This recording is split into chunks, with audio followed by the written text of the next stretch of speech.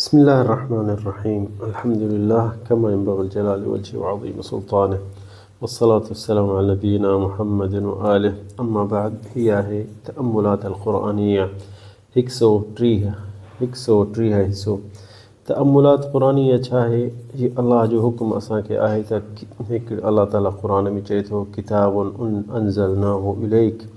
أنزلناه إليك مباركا ليدبروا آياته ही क़ुरान अस तव्हां ॾे मूं नाज़िल कयो आहे त तव्हां हिन खे पढ़ो तव्हां हिन खे सम्झो ऐं ही बरकत वारो किताबु आहे लियदब्बरू जीअं हुनखे सम्झो उन छा सम्झो उन्हनि जो आयात इन जा मौजिज़ा कढो ऐं उहो सोचो उन्हनि में ऐं उन्हनि मां फ़ाइदो वठो उन्हनि में तव्हां पंहिंजी ज़िंदगी गुज़ारियो ओले तदक्कर उलुल अलबाब सम्झी वेंदा जेके सम्झण वारा हूंदा इहे इन्हनि जे बारे में असां इहो बरनामो ठाहियो आहे त हिकिड़ी आयत या ॿ आयत हर रोज़ु पढ़ी उन खे सम्झूं उन जा मौजिज़ा जेके आहिनि उहे असांखे ज़ाहिर थियनि त असांखे तव्हांखे सभिनि खे फ़ाइदो थिए अॼु जेके असांखे आयत आहे 5 नंबर सूरत अलजुमा जे अल्लाह ताला चए थो मथलु लज़ीन हुम्मिलु तौरात थुम्म लम यहमिलूहा इहा आयत मथलु लज़ीन हुम्मिलु तौरात थुम्म लम यहमिलूहा كمثل الحمار يحمل أسفارا بئس مثل القوم الذين كذبوا بآيات الله والله لا يهدي القوم الظالمين عجيب آيات قرآن جي الله صحيح چئے थो त अॻियां जेके तव्हां खां हुआ उन्हनि खे मूं तौरात ॾिनी ऐं ॿिया बि किताब हुन ॾे आया त इहे पढ़ो ऐं इहे सम्झो ऐं इन ते अमल कयो ऐं इन ते तव्हां हलो पर उहे उन्हनि इहे किताब पढ़िया ऐं इल्म बि हासिल कयुनि पर हुननि ते अमल न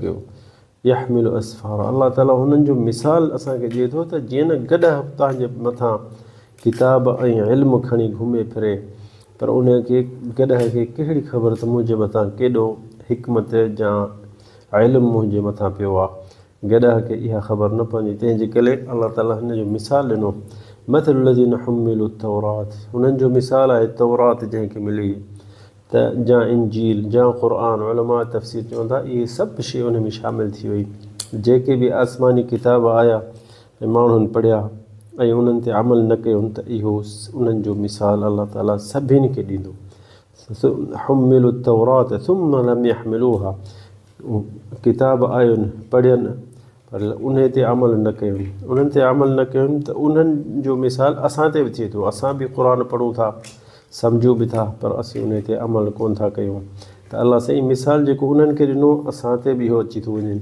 कमथलिल हिमार जीअं को गॾु असफ़ार जेके किताब अॻे हूंदा हुआ जेके लहंदा असां हींअर क़ुरान जा आयतूं चऊं था उन टाइम में ईअं कोन चवंदा असफ़ार बनी इसराइल जा असफ़ार किताबनि में हूंदा यानी मौजिज़ा त गॾु खणी पंहिंजे मथां मौजिज़ा खणे त उनखे कहिड़ी ख़बर त मुंहिंजे मथां चाहे बिइस मथलुल क़ौम लज़ीन कज़्ज़बू बिआयातिल्लाह अल्लाह साईं चए थो उन्हनि जे लाइ वेल आहे उन्हनि जे लाइ दोज़ख आहे जेके अल्लाह जे आयतूं अल्लाह जा मौजिज़ा सम्झी बि विया पढ़ी बि विया पर उन्हनि ते अमल न कयो अल्लाहु ला यहदिल क़ौम ज़ालिमीन अल्लाह ज़ालिमनि खे हिदायत थोरे ॾींदो आहे सो अल्लाह ताला इहो मिसाल जिन महिल ॾिनो इन जे बारे में उलमा चवनि था त इहो मिसाल जीअं उन्हनि जे मथां आहे त असांजे मथां बि अची थो वञे जीअं असीं बि क़ुरान पढ़ूं था ऐं इन में उन ते अमल कोन था कयूं अॼुकल्ह जेको ॾिसो केतिरा दुनिया में असांजे पाकिस्तान में जा ॿिए मुल्कनि में हाफ़िज़ आहिनि पर अमल कंहिं वटां अमल थफ़ा तमामु क़लील जेके अल्लाह जा हूंदा आलिम जा सगोरा जेके हुन इल्मु पढ़ंदा त उहे अमल कनि था पर हू तमामु घटि माण्हू अल्लाह ताला असां तव्हांखे तौफ़ीक़ ॾिए त क़ुरान पढ़ूं ऐं सम्झूं ऐं इहो इल्मु हासिल कयूं ऐं इन ते अमल कयूं त असीं बचूं छो जो इन आयत में असीं शामिलु न थी वञूं कहिड़ी आयत आहे इहा जेकी अल्लाह सां चए थो मथलु लज़ीन हुम्मिलु तौरात उन्हनि जो मिसाल ॾिए थो अल्लाह ताला अॻियां जेके किताब नाज़िल थिया तौरात इंजील ज़बूर असुहुफ़ ऐं क़ुरान सभिनि ते शामिलु थो थिए इहा आयत सभिनि ते शामिलु थी थिए त जेके इन्हनि ते आयतूं लथियूं इन्हनि ते किताब लथा त तव्हां पढ़ो ऐं इन्हनि ते अमल कयो पर हुननि माण्हुनि पढ़िया ऐं हुननि ते अमल न कयो त न इहो अल्लाह ताला चए थो उन्हनि जो मिसाल इहो अथव जीअं की गॾु जे मथां वॾा किताब हुजनि असफ़ार असफ़ार अॻे किताब जेके हींअर असीं क़ुर चऊं था या मौजिज़नि जा किताब चऊं था, पर उन्हनि असफ़ार चवंदा हुआ त उहे बि गॾह जो मिसाल हूंदा आहिनि, गॾह जे मथां किताब हुजनि, केॾो न इल्मु हुजे, गॾह कहिड़ी ख़बर त मुंहिंजे मथां इल्मु आहे। छो जो असां बि अलाह ताला मिसाल असांखे बि ॾिनो त क़ुर जे पढ़ो त जे तव्हां अमल उन ते न कंदो त तव्हां बि उन्हनि वांगुरु हूंदो, तव्हांखे बि इहो मिसाल शामिलु थींदो। छो साॻी ॻाल्हि आहे, हुननि ते बि तौरात इंजील नाज़िल थी, तव्हां ते क़ुर, हुननि बि अमल न कयो, असीं बि अमल न कयो, त साॻियो जज़ा मिन जिन्सिल अमल जेको उन्हनि खे मिलंदो असांखे बि थींदो। सो अलाह ताला माफ़ु करे, असीं तॾहिं क़ुर पढ़ूं था त सम्झूं, असीं पंहिंजे क़ुर खे सम्झूं ऐं उन ते अमल कयूं।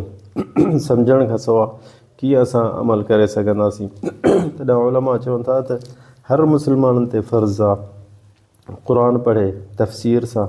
जे क़ुर सभु तफ़सीर सां पढ़ंदो त हू सम्झंदो कहिड़ी शइ असांजे लाइ जाइज़ आहे, कहिड़ी शइ असांजे लाइ जाइज़ न आहे, कहिड़ी शइ असांजे लाइ हलाल आहे, कहिड़ी शइ असांजे लाइ हराम आहे। त इहो जे सम्झंदो त पोइ उन ते अमल करे सघंदो, पोइ उन ते अमल करे सघंदो। जे इहो सम्झंदो ई कोन त हीउ छा आहे या हीउ छा आहे, त पोइ उहो अमल छा ते करे छा ते अमल करे। तंहिंजे करे उलमा चवनि था त हर मुस्लमान खे ज़रूरी क़ुर पढ़े तर्जुमे सां। जे अरबी ज़ुबान न आहे, खणी अरबी ज़ुबान बि आहे त ज़रूरु हुन जा मौजिज़ा या हुननि जो बयानु जेको आहे क़ुर जो मुख़्तलिफ़ थिए थो। उलमा जेके खणी केॾा बि चवंदा अरबी ॼाण वारा हो त तफ़सीर उन जी या ज़रूरी पढ़े त उलमा जो हिन आयत में छा आहे चवणु, हिन आयत में छा आहे चवणु। जे इहे न कंदो त क़ुर कोन सम्झंदो, पोइ इहे असीं इन आयत में शामिलु थी वेंदासीं त गॾह जे मथां वॾा मौजिज़ा ऐं क़ुर हूंदो त गॾह छा सम्झंदो उन मां। त इहो हुननि जे लाइ अलाह ताला मिसाल ॾिनो, पर असां ते बि शामिलु थिए थो। उहो अॼुकल्ह तव्हां ॾिसो था हाफ़िज़ क़ुर जा केतिरा आहिनि, क़ुर जा सॼा हाफ़िज़ हूंदव, पर उन्हनि खे का शइ जी सम्झ कान्हे त हीउ वियाज छा आहे या हराम छा आहे या मकरूह छा आहे, इहा हुनखे का ख़बर कान्हे। छो हुन क़ुर सिर्फ़ु यादि कयो। क़ुर यादि करण सां हिकु इंसान नथो उन जी जान छुटे। हा भलो अमल आहे, सुठो अमल आहे, पर क़ुर पढ़ण सां तर्जुमो बि ज़रूरु पढ़े। जे तर्जुमो पढ़ंदो त पोइ सम्झंदो, जे न त अॼुकल्ह ॾिसूं बि था असीं त जेके हाफ़िज़ आहिनि उहे ॿार नंढड़नि सां हरकत था कनि या नियाणियुनि सां हरकत था कनि। छो था कनि? छो शैतान जो सवलो शिकार आहे। छो जो हुन वटि इल्मु शरई कोन्हे, क़ुर आहे जीअं लिखियलु आहे, हाफ़िज़ आहे, पर उनखे क़ुर जे पढ़ंदो ऐं कंहिं आयतुनि जो तूं पुछंदसि हिन आयत जो माना छा आहे त हुनखे ख़बर न हूंदी, त सिर्फ़ु हूअ रस्म क़ुर जी यादि कई अथसि, माना जा तर्जुमा या उन जा मक़सदु जेको अलाह ताला क़ुर जंहिंजे लाइ मक़सद जे लाइ नाज़िल कयो आहे त तव्हां पढ़ो ऐं सम्झो ऐं उन ते पंहिंजी ज़िंदगी गुज़ारियो, उहो त हिननि खे ख़बर ई कान्हे। सिर्फ़ु जीअं अलाह ताला लिखियो आहे क़ुर त ईअं उहो यादि कयो अथनि। तंहिंजे करे आख़िर इन आयत में अलाह ताला चए थो बिअस मथलुल क़ौम लज़ीना कज़्ज़बू बिआयातिल्लाह, उन्हनि जे लाइ वेल आहे जेके उन्हनि क़ुर यादि कयो पर हुन जी हलाल हराम जा मौजिज़ा न सम्झा। तंहिंजे करे इहे अलाह जे कलाम खे कूड़ो था कनि। अलाह सां इन जे करे कोन लाथो आहे त क़ुर सिर्फ़ु तव्हां यादि कयो, न इन जो मक़सदु इहो न आहे त तव्हां सिर्फ़ु यादि कयो, न पढ़ो सम्झो ऐं उन ते अमल कयो। तंहिंजे करे आख़िरी में चए थो वल्लाहु ला यहदिल क़ौम अज़्ज़ालिमीन, ही त ज़ालिम आहिनि जेको क़ुर पढ़ंदा ऐं उन्हनि खे माना जी ख़बर कान्हे त हिन आयत जो मक़सदु छा आहे, हिन आयत में अलाह से असांखे छा थो चए, कहिड़ी शइ खां झले थो ऐं कहिड़ी शइ ते असांखे हुकुम करे थो। अलाह ताला क़ुर इन जे करे नाज़िल कयो आहे त असीं इन ते अमल कयूं ऐं इन ते अमल करे ऐं असीं पंहिंजे अहल औलाद खे बि सम्झायूं त इहा हलाल अथव, हीअ हराम अथव, हीअ क़ुर में लिखियलु आहे त हीअ शइ जाइज़ आहे, हीअ शइ जाइज़ न आहे। त इहो असांजे पंहिंजे असीं न सम्झंदासीं त औलाद खे कीअं सम्झाईंदासीं, घर वारनि खे कीअं सम्झाईंदासीं। अलाह ताला असांखे क़ुर में हुकुम थो करे क़ू अंफुसकुम व अहलीकुम नारम वक़ूदुहा अन्नास वल हिजारा। अलाह ताला चए थो त तव्हां पंहिंजे पाण खे बचायो, पंहिंजे अहल औलाद खे बचायो, त उन पंहिंजे नियाणियुनि खे पंहिंजे औलाद खे क़ुर सम्झायो त पंहिंजे पाण खे बचाइनि। जेके दोज़ख में आख़िरत में पथर बि उन दोज़ख में विझिबा त उहे ॻरी वेंदा। सो अलाह ताला तंहिंजे करे असांखे इहो चए थो त क़ुर पढ़ो ऐं उन ते अमल कयो। जे अमल न कंदो त तव्हां हुन अॻियनि वांगुरु गॾह जे मथां जे किताब हुजनि, खणी केॾा न क़ीमती हुजनि, गॾह खे कहिड़ी ख़बर अथनि मथां छा आहे असां ते क़ुर नाज़िल थियो आहे त असीं उनखे पढ़ूं ऐं उनखे सम्झूं ऐं उन ते अमल कयूं। इन खां सवाइ असीं इन आयत जे मुताबिक़ असीं ज़ालिम थींदासीं। अलाह ताला आख़िरी आयत में चए थो वल्लाहु ला यहदिल क़ौम ज़ालिमीन। अलाह साईं ज़ालिमनि खे हिदायत कीअं ॾींदो? छो उन क़ुर जेको अलाह साईं नाज़िल कयो आहे त उहो इन जे करे त तव्हां रखे छॾियो जा हिन खे ॾिसो न। अलाह ताला क़ुर नाज़िल कयो त असीं पढ़ूं ऐं सम्झूं ऐं इन ते अमल कयूं। सुनन निसाई में हिकिड़ी ॻाल्हि यादि थी अचे त हान शद्दाद बिन लहाद रज़ियल्लाहु अन्हु उन चयो त नबी करीम सल्लल्लाहु अलैहि वसल्लम हिकिड़ी जिहाद ते निकितो, जंग ते निकितो त हिकिड़ो बदू वाट ते मिलियुसि आराबी। उन ॾे आयो नबी करीम खे चयईं त मां तोखे मञां थो त तूं रसूल आहीं ऐं तोसां गॾु थो हलां त ही जिहाद करणु। त उनखे नबी करीम चयो त हल, उनखे वसियत कई नबी करीम त सहाबनि खे चई त हिन खे दीन सेखारियो।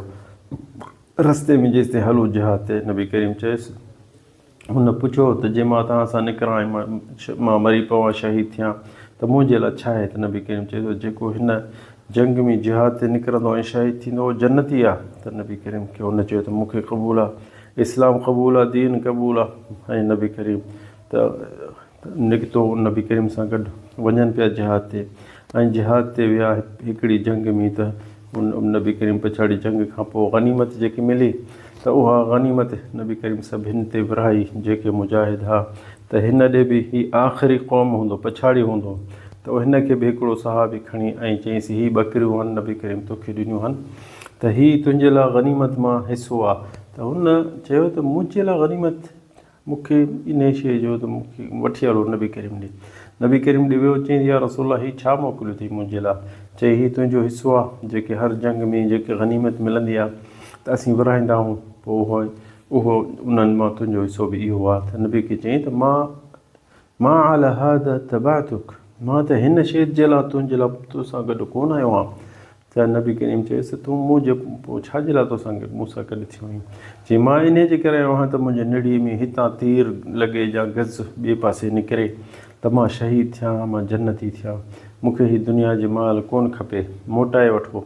त नबी करीम चयो ठीकु आहे, उन खां मोटाए वरितईं। ऐं नबी करीम सहाबियुनि खे चयो जे सच सां चए थो त अलाह साईं हिन खे पंहिंजो जेको चाहे थो थींदो, जहिड़ी नियत अहिड़ी मुराद। त वरी अॻिते नबी करीम जिहाद सां दुश्मन सां मिलियो त हिन खे तीर लॻो, जिथे इशारो कयो हथ में त उहो त ॿिए पासे निकितो त शहीद थी वियो। त जंग खां पोइ नबी करीम सल्लल्लाहु अलैहि वसल्लम ॾे खणी आया उहो सहाबी ऐं नबी करीम चयो त उहो आहे साॻो? चई नाम सदक़। त नबी करीम चयो सदक़ फसदक़, अलाह जे हिन जी नियत सही हुई त अलाह सां हिन खे जेकी नियत हुई उन ॾिनी।